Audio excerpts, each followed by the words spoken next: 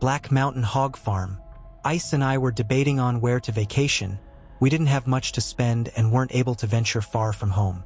We lived in picturesque North Carolina, both of us working traditional jobs during the day and working on our dreams at night. I, Daisy, dreamed about being a soap artisan full-time, while Ice wanted to be a recognized author. We were both a far cry from our dreams, yet we pursued them. It was autumn and the air felt crisp. The leaves were changing from green to yellows and golds. God, it was beautiful. We weren't in the stage of ugly brown leaves filling up people's yards yet. This was both of our favorite time of year, October, and all the glory it brought with it. No sweltering heat, rather hoodies and hot beverages. The smell in the air was that of slightly damp earth and trees. It is like they let out a sigh of relief from the melting hot days we had here in Charlotte. So, I like to think we were breathing in the breath of the trees. We decided to visit a town that wasn't a tourist trap, but was so beautiful, Black Mountain. True to its name, it was nestled in the mountains. Being surrounded by nature was exactly what Ice and I wanted. We deserved this break from the hustle and bustle of busy Charlotte. Our studio apartment would be fine without us for a few days while we hunkered down in cabin, one that was in the mountain and not sitting on a campground. I was so excited. We arrived around noon the next day, ready to get our relaxation on. We talked while sitting on the sofa in the cabin and had some hot chocolate. Pretty sure we would break out some liquor later. It was still too early for us to drink. We talked about everything we dreamed of and how to get there. We honestly wore this topic out even at home. I told Ice that maybe we could try discussing something out of the box for us. He agreed. Earlier that day we had been in a local cafe and we had overheard some of the old-timers talking about a Mr. Hensley. Apparently, Mr. Hensley was a hog farmer in the area. The conversation was slightly hushed, but what we could hear sounded intriguing. As much as I tried to get Ice to let it go, he was certain this would make good story material. The man was old, and the last of his kin was dead. He had outlived his wife and children. I thought it was sad, but Ice was letting his imagination run on overdrive. Daisy, what if he killed them? I wasn't so sure. Of course, I wasn't the imaginative writer either, always looking for a story. Look, I seriously doubt it. That stuff only happens in horror films. He is an old man who is on this mountain all alone with his hogs. Of all things, Ice could not be deterred. He decided we should find the farm and see if what the people in the diner had said was true. The folks said that a Ms. Benson had seen Mr. Hensley roaming his property at night wearing a hog mask and roaming around the pen on all fours. Daisy, you heard what they said. I listened to Ice's argument. Look, you heard what the locals were saying. His eldest daughter and her children left town, and he claimed they were dead. Claimed? That is not a certainty. They had no funeral here for them or nothing. Ice had a point. It was shady. I just didn't feel comfortable taking our relaxing vacation and making it into a Scooby-Doo episode. He kept looking at me with puppy eyes until I relented. Fine, but I swear if we get shot, I am gonna shoot you again. Just for good measure. Ice was over the moon.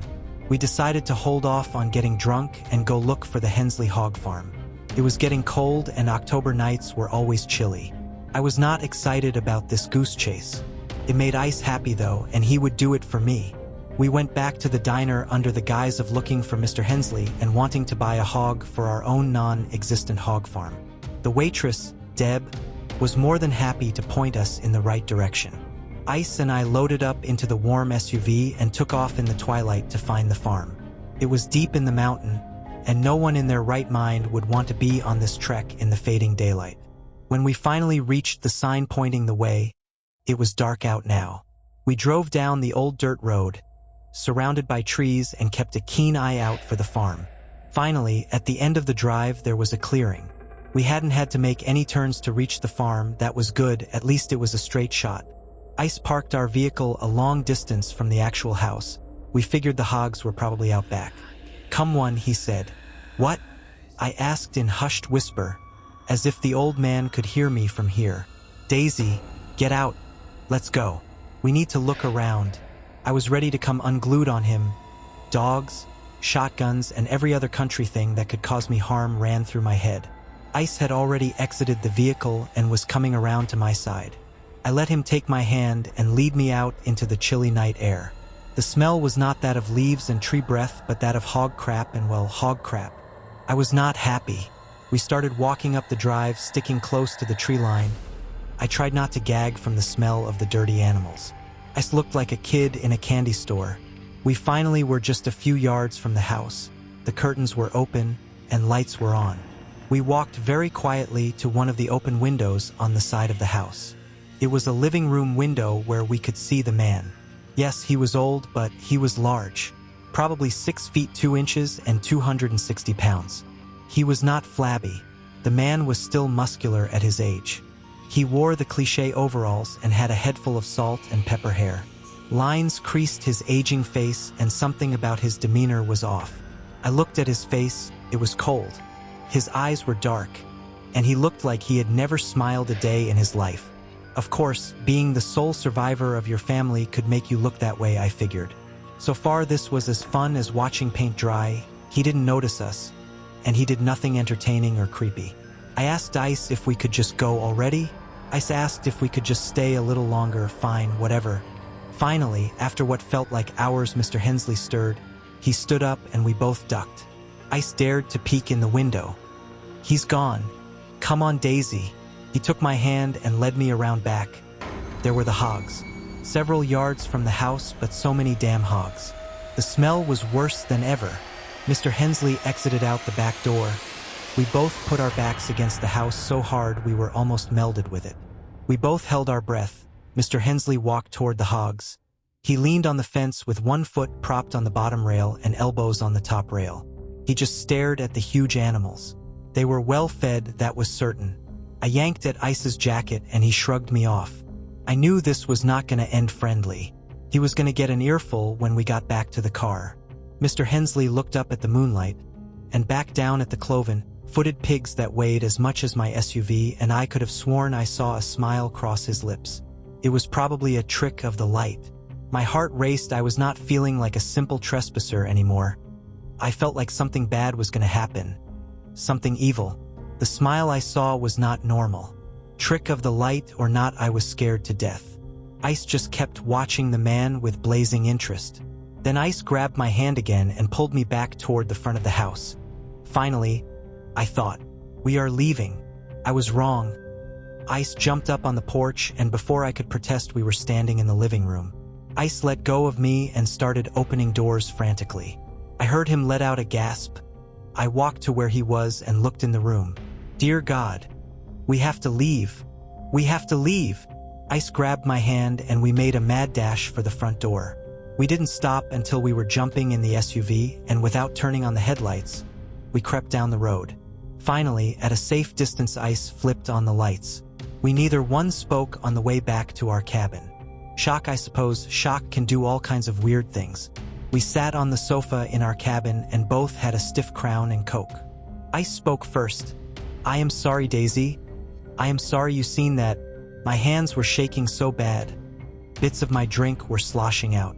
Ice, you couldn't have known. You saw it too. What do we do? Go to the authorities? Ice sat there in a trance, not answering. I knew he was seeing that room over and over because so was I. It was a trophy room, a game room. Only it was human heads mounted to the walls, not game. There was an older lady, 2 younger men, a woman, and 2 kids. His family. Who could have known that Mr. Hensley was a pure psychopath? We sat there a bit longer in silence, both of us trying to decide what move to make next.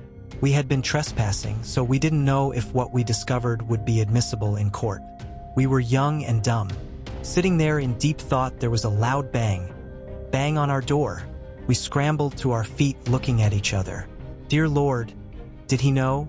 Did he find us? Ice walked to the door slowly, trying to be silent. He looked through the peephole, nothing there.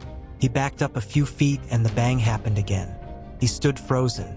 We ran to the only other room in the cabin and locked the door. We stood staring at the door, waiting for some intruder to smash through the living room. I felt the hairs on the back of my neck stand on end. I felt someone watching me. I looked to my left. We had left the curtain open and, in the window, stood a hog-faced man. It wasn't a mask, it was a hog head. Blood was dried to the man's shoulders from where the hog's neck had been severed. The eyes moved from where the man had plucked out the hog's eyes. It was a race to the window. I had to lock it and close the curtains. It was Mr. Hensley. We heard the banging on the front door within moments. Then we heard squealing. It was unnatural coming from human vocal cords. He was squealing so loud. He knew we couldn't be heard way up here. Finally, we heard a loud thud. He had taken the door off the hinges and was coming fast. We tried to barricade the door, but it was no use. He let himself into that room also after a few moments. We had nowhere to hide or run. Ice grabbed the fire poker and tried to attack Hensley with it. He just got it taken away and smacked across the head, leaving him bloody and unconscious. The hog looked at me and tilted his head ever so slightly to the right. He made a grunting noise and got on all fours. He came over to me and sniffed my legs, still grunting and oinking. I stood paralyzed by fear. He fell silent for a few moments and then let out this guttural squeal, a noise that a man shouldn't be able to produce. He violently bit me, taking a chunk of my calf muscle off. I fell over onto the floor and watched him chew my muscle with delight. I was about to lose all sanity when I saw Ice walk up behind him with the same fire poker. He drove it through the center of Mr. Hensley, the hogman. After a long investigation and a stint in the hospital, things had begun to come to light regarding Mr. Hensley. Apparently, he was always an odd duck. He had been arrested his fair share for beating on his wife. He was known to talk to himself and spend far too much time with the hogs. After further digging, it was found that he had been a resident in an asylum for mentally ill children when he was a boy for continually killing the family pets. The parents thought that he had grown out of it and was better. In all reality, he had grown into it and had gotten better. The family farm. Being the oldest child, Mark knew he would end up with the family property. He just didn't know it would be this soon. His father's health had been going downhill, so he moved his wife and kids back to the old homestead.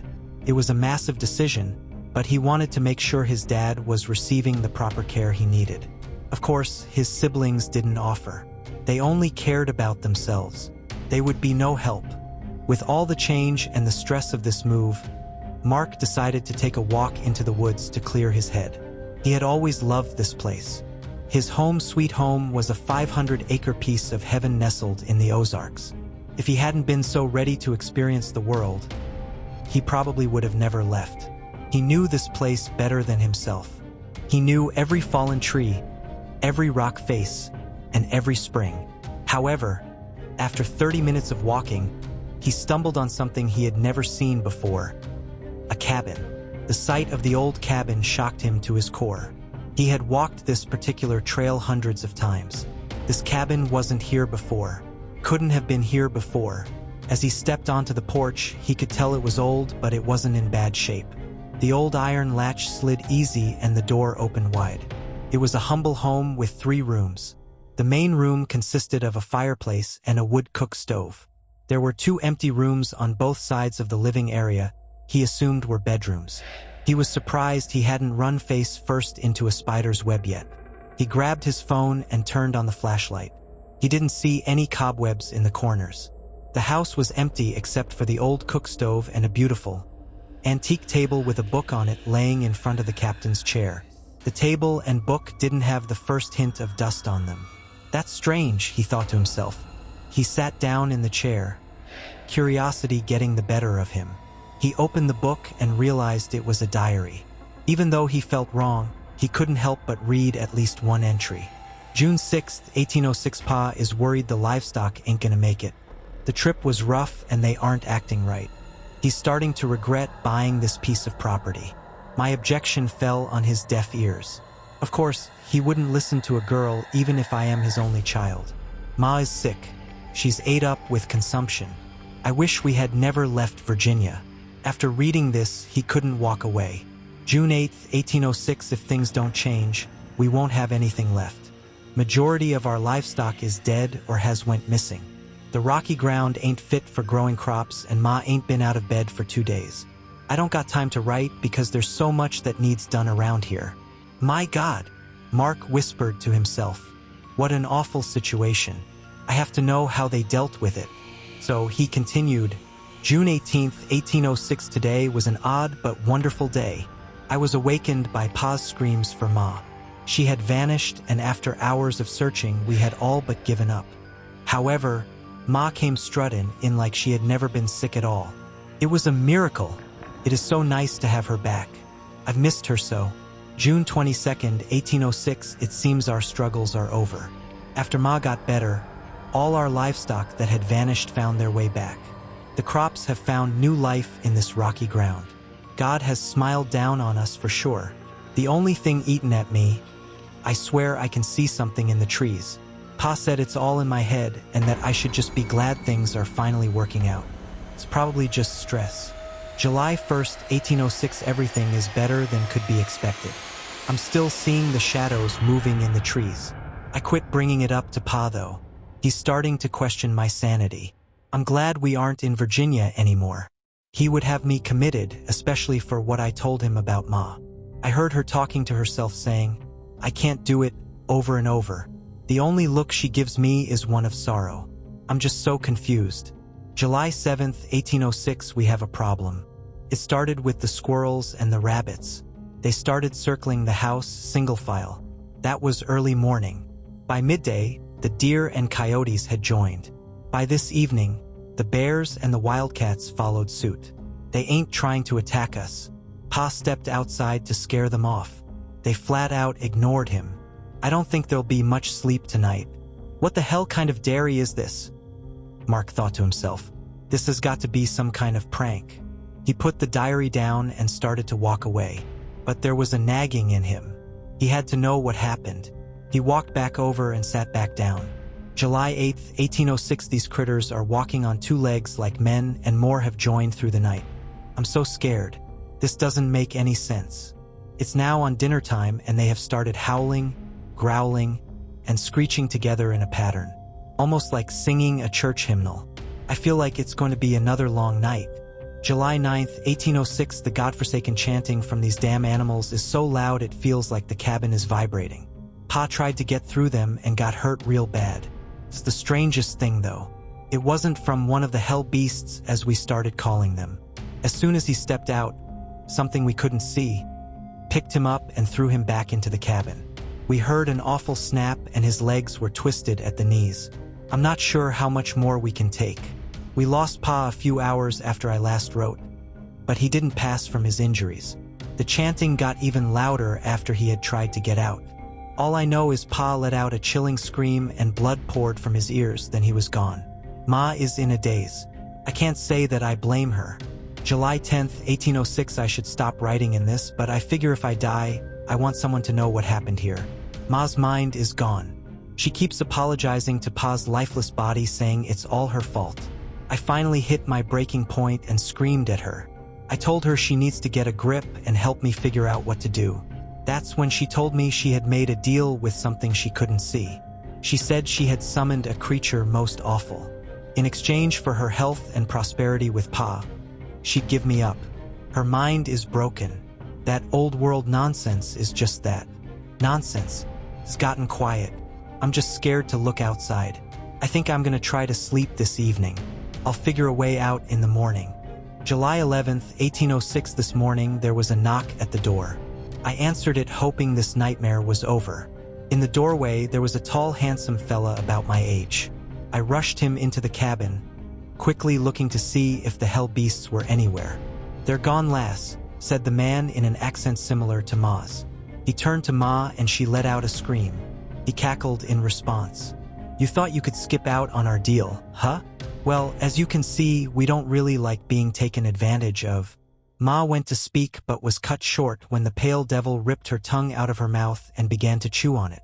After what seemed like an eternity, he turned towards me, and what was said between us will remain between us, unless it concerns your fate. If so, this conversation will be revealed at that appointed time. After that last entry, Mark threw the diary against the wall and sat there in awe. He was trying to wrap his head around this bizarre journal, finding this weird cabin, and wondering if he was losing his mind. A familiar voice interrupted his thoughts. "I see you found the old homestead and you great-great-grandma Kate's diary." Confused, I asked, "What's going on here, Dad? I've walked this trail a million times and have never seen this cabin here, His dad couldn't meet his eyes as he began revealing the disturbing truth of their family. Son, everything in that diary was real. Everything is revealed to you now because you have to carry on this curse. All the prosperity that I have had, you will now have. You have to bring the creature your firstborn. All the air had been sucked out of the room. The hell I will. You have lost your mind. I'm not giving up any of my kids. This isn't real, Pops. I'm your firstborn and I'm standing right in front of you. You didn't give me up. His health was worse than he thought. Maybe he had undiagnosed schizophrenia. You had an older brother, he said as tears welled up in his eyes. When the cabin appeared to me, my father and I had this same conversation. Bullshit, Mark exclaimed. Son, please calm down and listen. The Fae folks struck a deal with Kate. On top of money and success, any evidence of the firstborn will be erased. No one will remember then, except for you. Mark just stared in disbelief. He knew his father's health was deteriorating, but he never figured it would mess with his mind this much. He softened his voice and suggested to his father, "Let's get you home, Pops. You really need to rest." As he walked towards to the old man, a cackle came from one of the empty rooms, and there stood the pale man himself. Kate had him pegged. He is a handsome feller, pale skin and light hair. But what she failed to mention was the milky white eyes. Mark jumped in front of his father and squared off, ready to fight. The Fae man just laughed even louder. "What are you gonna do, lad?" he quizzed Mark. He started to speak when the pale man cut him off. "Everything he told you is true. When your ancestors' old homestead appears, it's time to pay the debt that is owed." Mark couldn't believe this was happening, and the Fae man continued, "You seem like a good man. You are probably thinking you can find another way to break your family's deal. But that is why every new generation finds the diary. You read it so you learn what will happen if you don't pay." Mark's eyes welled up with tears. He knew he could beat this somehow. He just had to find a way. The Fae man spoke again. "I've seen that look before, and if you don't bring me what is owed tonight, I'm gonna have myself a little fun with your wife and make you watch as I peel the hide from her and feed it to your children." After that, he vanished. As Mark helped his father back home, he made his decision. He would run with his family and never look back. There was no way he would give his child over to that pale devil. Every curse can be broken. There is always a loophole. He just had to find it, and find it quick. His eyes popped open, and he very warily sat up in bed.